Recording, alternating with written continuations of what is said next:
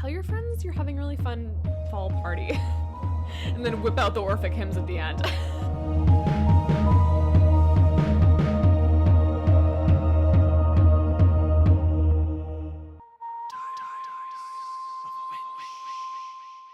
Welcome back to the Diaries of a Witch podcast. My name is Angelica Crashi, and today we're going to be talking about how you can honor Hades and Persephone this time of year. Anybody who works with Hades and Persephone knows that the fall is obviously a super potent and important time in, would I call it the liturgical calendar, maybe, of Hades and Persephone work and just the worship of Hades and Persephone. So I wanted to chat about 8 different ways, maybe some more unique ways or ways that you haven't tried before to honor Hades and Persephone at this time. Different types of rituals you can have, different types of things that you can do that aren't necessarily ritual, but might be really helpful for you to ground down your magical and devotional practice this time of year. I know for a lot of witches, this can be a really busy time of year. I know it is for me. I live in Salem, Massachusetts, and we're gearing up for in-person tarot readings, which there will be an announcement about that very, very soon. So definitely make sure that you're following me over on Instagram at Angelica S. Crashi, because yes, there's going to be a lot of fun events. I am going to be reading tarot in person this year in Salem. And there's just so many other things too that are coming. So definitely make sure you follow me over there. And it also happens to be the time of year for me that is so energetic in terms of my spirituality. Partially because I work with Hades and Persephone, but I also work with other death deities. And there's just a couple other things too that I like to honor at this time of year. So I like to have some things up my sleeve in terms of set plans that I'm going to do to honor the gods so that they happen, because sometimes if I don't at least sit down and brainstorm what I want to do, it just kind of all gets muddled, or I just have a really hard time like executing things. And I don't really like to, I don't mind doing spells sort of like last minute or not really planning out spells, especially if they are just sort of based off of, what I need at that time and what I'm seeking to bring in. I think it's really awesome to do spells situationally in that way. But I do really like to at least just think and brainstorm and consider a couple weeks before all of this stuff happens, like the Equinox and Halloween and Samhain and just all these events. I like to think and plan a little bit and go, okay, what can I do for me? What can I do for my gods? And also, what are the other things that I need to do this time of year that may or may not have to do with my ritual work? And how can we kind of fit it all in? So today I'm going to be sharing with you 8 ways that you can connect with Hades and Persephone this time of year. Before we do that, I did want to talk a little bit about why we work with Hades and Persephone this time of year. And a lot of this might be information that you already know if you've been working with them for a while. As we know, the vernal equinox, the spring equinox, and the fall equinox are associated with the coming and going of Persephone in and out of the underworld. So in their kind of base myth, right, in the Homeric hymn to Demeter, we find out that Persephone goes into the underworld with Hades. She ends up eating these pomegranate seeds, right? Sometimes in the retellings it's 6 seeds. Sometimes it's 4 seeds. But she ends up eating these seeds in the underworld, these fruits of the underworld, which essentially the fates say that if any mortal or any god eats the fruit of the underworld, they must stay there. They must remain there. They almost like become a part of the underworld or like a denizen of the underworld because they've eaten the food of the underworld.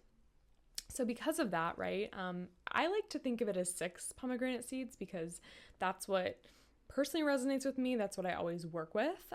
So essentially for 6 months out of the year, Persephone must go into the underworld, spend time with her husband Hades, and she lives there as the queen of the underworld. That's like the very, very basic retelling of that myth with no bells and whistles. But that's why we have the seasons, and that's why also the fall equinox, which is sort of the start of the fall winter season, those, 3 and 3 months. So the 6 months that are the colder months, the months that are associated with, trees dying and things being harvested and cold and that sort of thing. Those things have to do with the chthonic nature. Those things have to do with the underworld, right? Coldness, that sort of Saturnian, there's nothing growing and everything's dark. And even, even if we kind of take a look at the phenomenon from the perspective of the sun changing, right? In the wintertime, sort of the reason, and everybody who, probably already knows this is like, yeah, okay, Angelica, we know the sun and we know the winter. We know about the pomegranate seeds. But honestly, I think sometimes it's just helpful to remind ourselves to tune in, to touch in. I think that the basics are they're never something that we should forget about or say, you know what, I don't need to hear about this, or I don't need to talk about this right now, because the basics are sort of what everything else is based off of, right? So bear with me. But even the idea of the solar phenomenon where the sun, moves in the northern hemisphere, the sun moves to the southern hemisphere where there's summer in the southern hemisphere, and in the northern hemisphere there's winter. And so there's this absence of the sun, this life-giving energy, and death can sort of take over. The underworld can sort of take over. From the Homeric hymn to Demeter, we know that the reason why the vegetation dies and everything like that is because when Persephone has to return into the underworld, Demeter is so upset that she cannot create, fruits and leaves and all of the vegetation of the earth. And Persephone herself is a deity of life and springtime and plants and fruits and flowers and all of these things. And she also assists Demeter with the creation of those things. And so in her absence as well, she is unable to, create the fruits of the earth, essentially. That is why we celebrate sort of specifically the fall and the spring equinox. There is also another correspondence that I think is really interesting. And this correspondence has to do with the celebration of the Eleusinian Mysteries. So the Eleusinian Mysteries was essentially an ancient mystery cult that you could join in ancient Greece. And essentially it was this religious organization, this religious cult that would take members 2 times a year. There was the Lesser Mysteries, which was held in the month of Antisteria, which was sort of a more ancient Greek calendar system. So instead of June, July, August or whatever, they had a whole different calendar that was more based off of the lunar months. So Antisteria begins with the first, I believe it's the first full moon. If it's a new moon, I will put some type of, correction on the screen if you're watching on YouTube or, in the show notes. But I believe the first full moon in February begins Antisteria. And so February into March, essentially mid-February into March, is typically when this first ritual that would prepare you for the ritual in the fall that was a lot larger and a lot more intense. And then in the fall, that was held during the lunar month of Bodromian, which is sort of late September, early October in our current calendar system, approximately. The Eleusinian Mysteries would have started on the 15th of the month of Bodromian, and they would have lasted 10 days. And within that 10-day period of the greater mysteries of the Eleusinian Mysteries, you would be initiated into Persephone and Demeter's cult, and you would have gone through some type of descent, some type of catabasis experience. The word catabasis means descent, and it's sort of the word that we use to describe Persephone's entrance into the underworld this time of year, or just her historic descent into the underworld. Then you would have sort of this cleansing period where they would cleanse your body. I believe they would run into the ocean because Eleusis in Greece, where the Eleusinian Mysteries took place, is sort of on the water. So they would run into the ocean and cleanse themselves in the ocean. And then there's a lot of talk, right? Because nobody really knows exactly what happened during these mysteries because they were sworn into secrecy. All of the members who were initiated were sworn into secrecy about what the rituals were.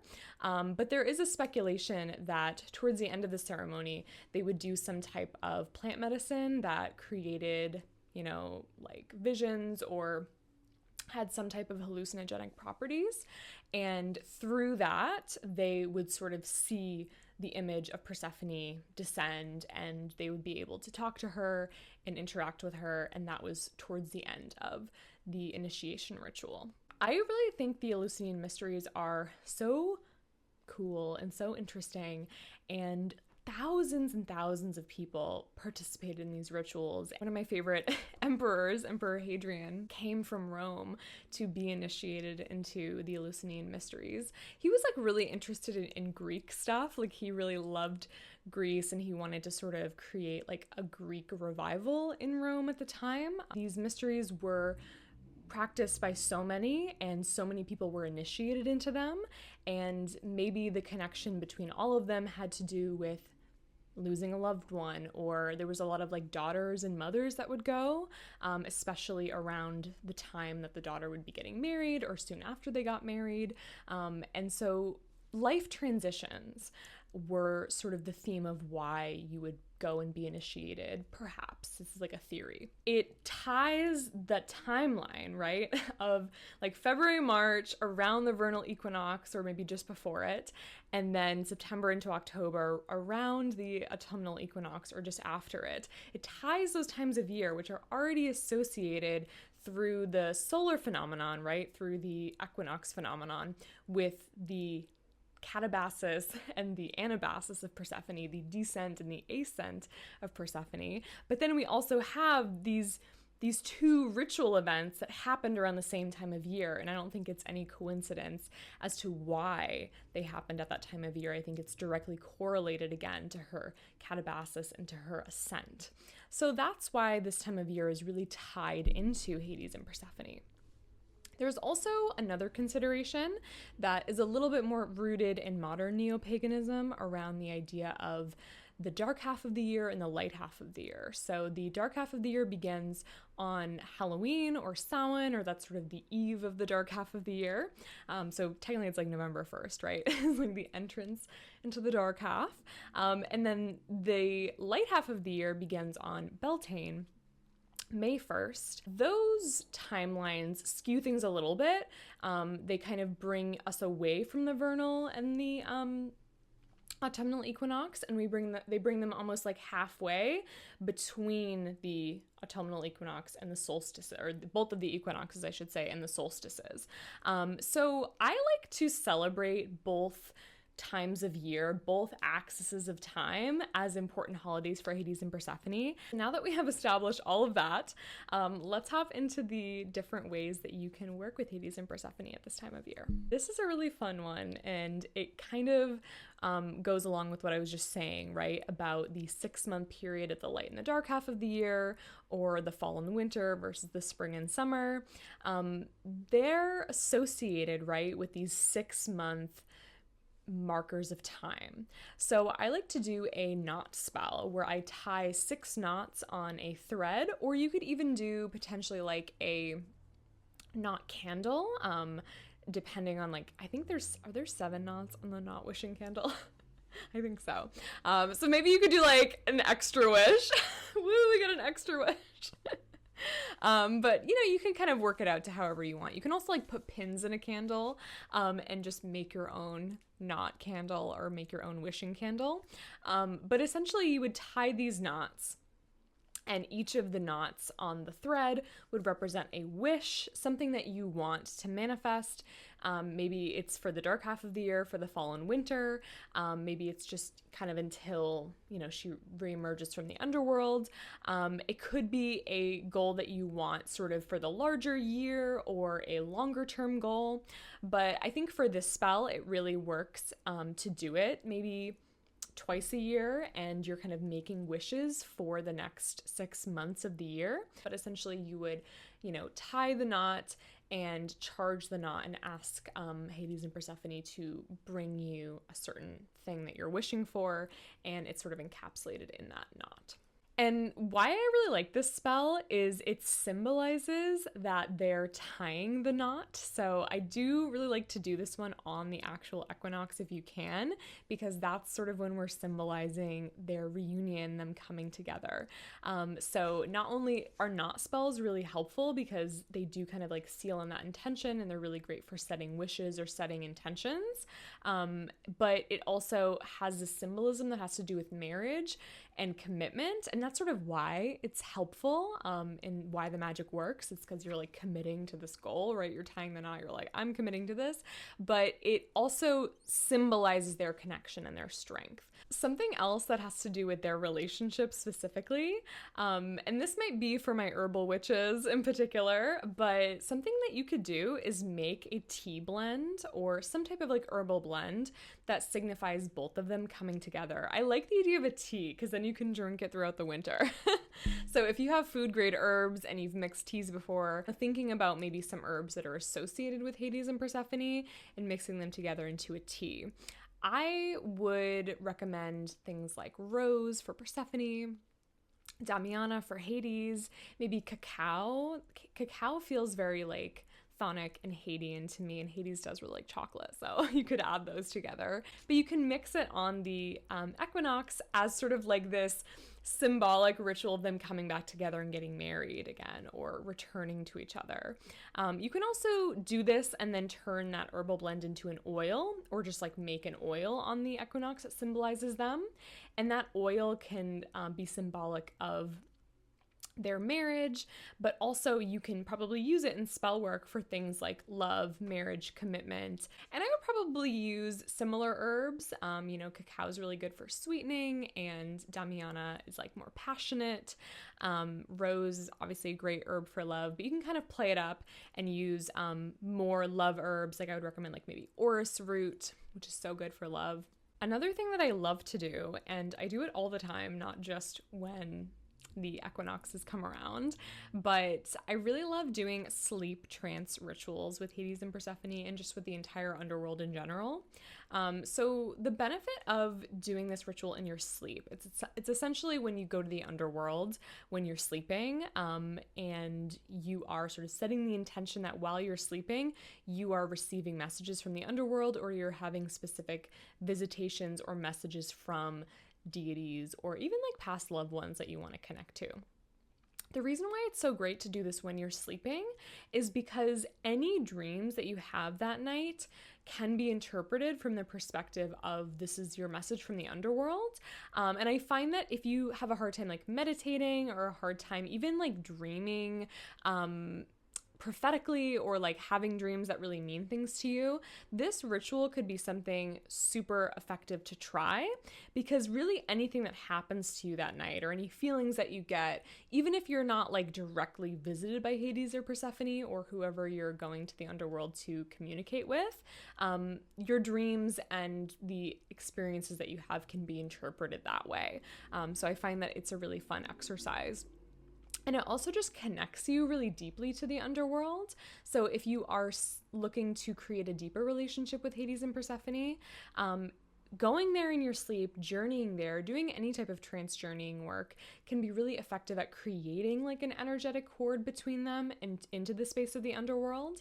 And I find that it can really help with your psychic abilities. It can help with hearing and communicating with Hades and Persephone in the future. And then also there's something to be said when we're working with the chthonic gods, especially gods that have specific mythology around not being able to leave or come into the underworld, such as Hades and Persephone. It's really helpful to go to them. If you've always sort of asked the gods to come to you, this might be something that could give you a slightly different experience, or even a dramatically different experience to what you have experienced in the past with deities.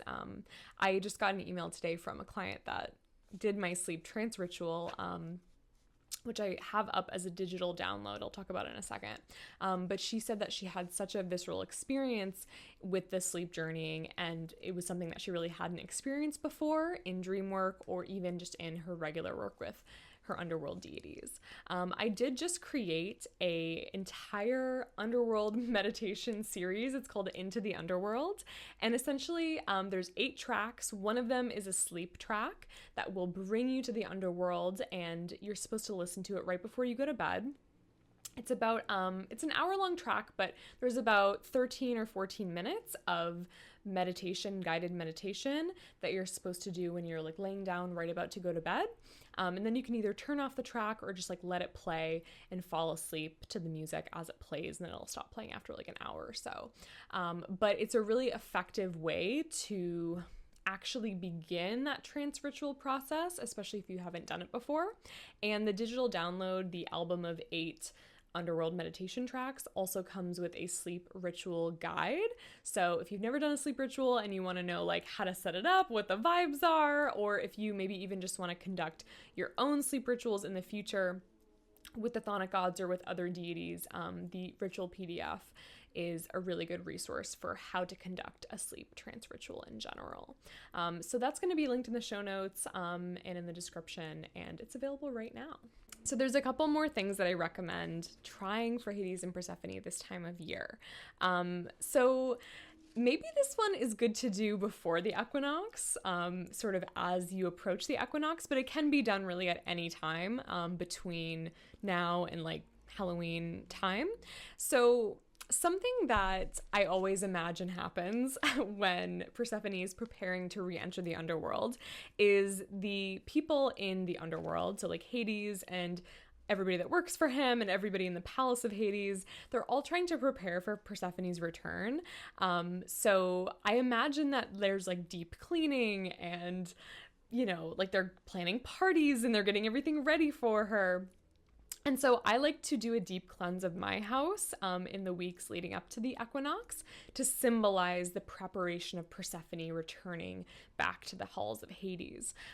So I like to like clean out my fridge, and, you know, again, food is really associated with Persephone and Demeter, so I like to clean out my fridge, try to use up old ingredients, try to use up like all the summer produce, and kind of like get my summer recipes out of the way. I also really like donating clothes, and like this is a great time to put away your summer wardrobe and put out your fall and winter wardrobe. If you change out your wardrobe like that, I do typically put like my sundresses away, just sort of symbolically.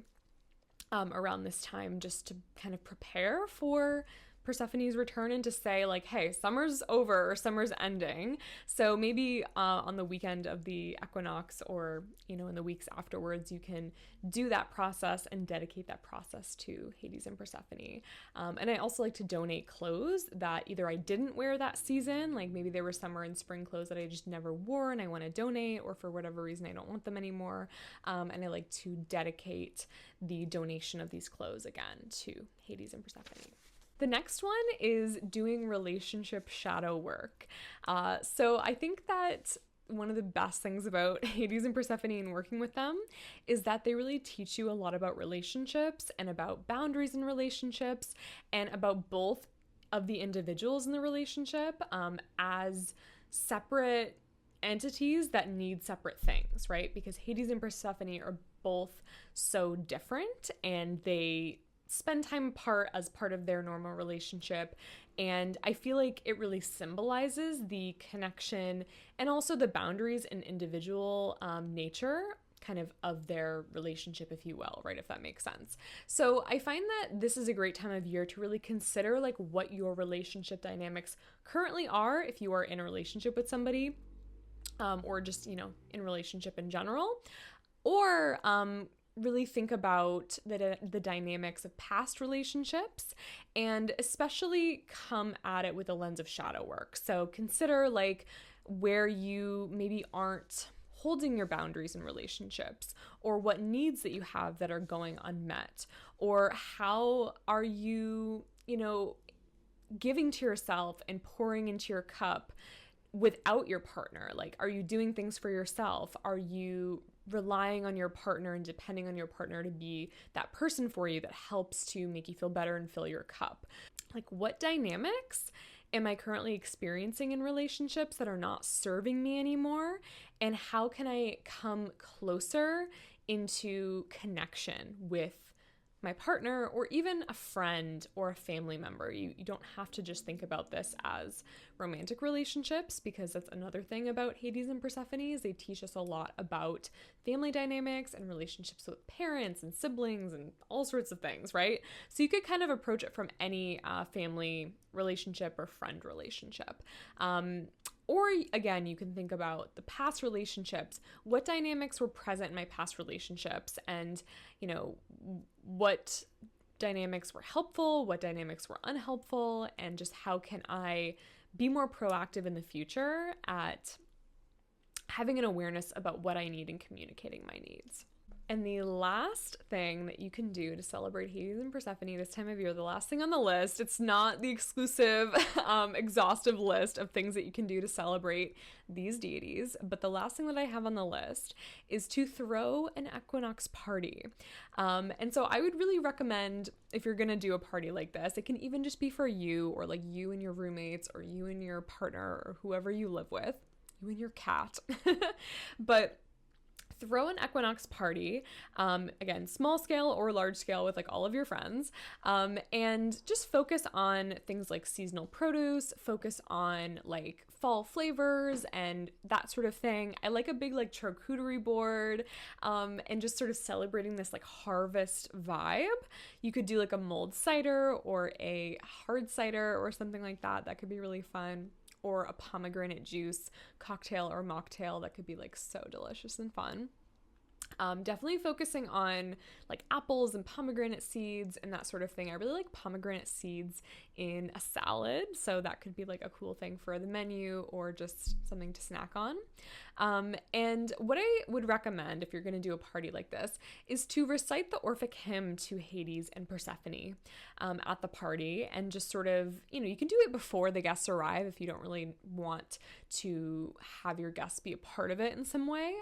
Or again, if you're just doing this as like a one-person party, or you and your cat, or you and your partner, then maybe you can do it over dinner, right? And instead of having like a huge spread, you could just have like a fall-themed dinner, cite the hymns of Hades and Persephone before you eat. You could also do something similar to when you would offer like food to an ancestor, where you can create a plate for Hades and Persephone. You can just do one plate, right? Especially because we're symbolizing them coming together in marriage. So you could, give them food on a plate and set it at a place setting around the table. Or you could, if you're having this larger party, you could set up a kind of mini altar to Hades and Persephone somewhere on the table and have people give them different food offerings or drink offerings throughout the night. But just tell your friends you're having a really fun fall party and then whip out the Orphic hymns at the end. All right, everybody. I hope you enjoyed this episode. If you liked this type of episode where I'm giving like tips and I am sharing different ways that you can hold rituals with these deities, let me know. I would love to create more. Get the Into the Underworld meditation album. This is such a fun thing to have if you are a devotee of any deity of the Greek underworld. Again, the album has Hecate, Hades, Persephone, Zagreus, Macaria, Melanoi, Charon, the ferryman of the underworld. It has Hypnos and Thanatos. It has so many deities of the Greek underworld involved. And if you want to start working with any of those deities, or you already work with those deities and just want the meditation album to help you kind of like sink deeper into your connection with them, definitely get it. It's $44, and you get 8 meditations. One of them is an hour-long sleep track, like I was saying, with the sleep trance ritual that sends you to the underworld in your dreams. And then it also comes with the sleep ritual PDF, which describes in detail how exactly to set up this sleep trance ritual and how to conduct your own sleep trance ritual, independent from the audio track. So definitely grab that, and I hope you have a really fantastic autumnal equinox and a really great rest of your day. Bye.